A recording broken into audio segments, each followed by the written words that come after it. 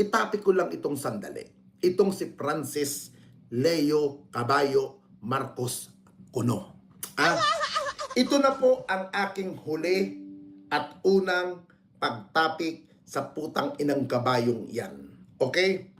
Alam mo, sa mga hindi po nakakaalam, totoo naman, nung panahon na ikaw ay namahagi ng bigas, na ginamit mo sa vlog mo, alam mo, kabayo, alam naman natin kung ano ang punot dulo nun. Alam ko din yun.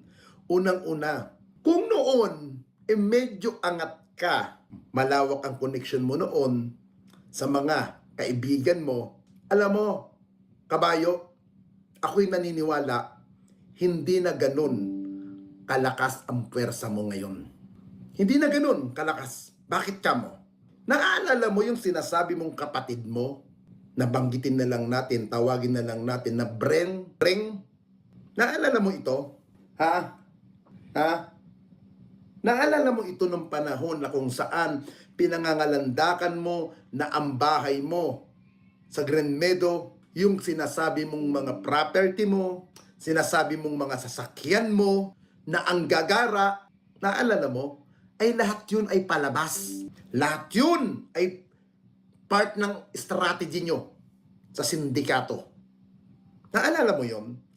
At ako naman naniniwala, Kabayong Francis, hindi ka na ganun kalakas sa ngayon. Natitya ko yun, Francis. Bakit ka mo? Unang-una, yung sinasabi mong kapatid mo, na si Breng. Yun na lang itawag natin, Breng.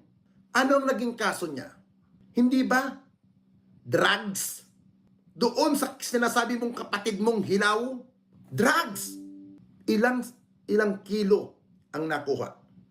Hanggang ngayon, nagtatago ata ang taong yan dahil sa droga.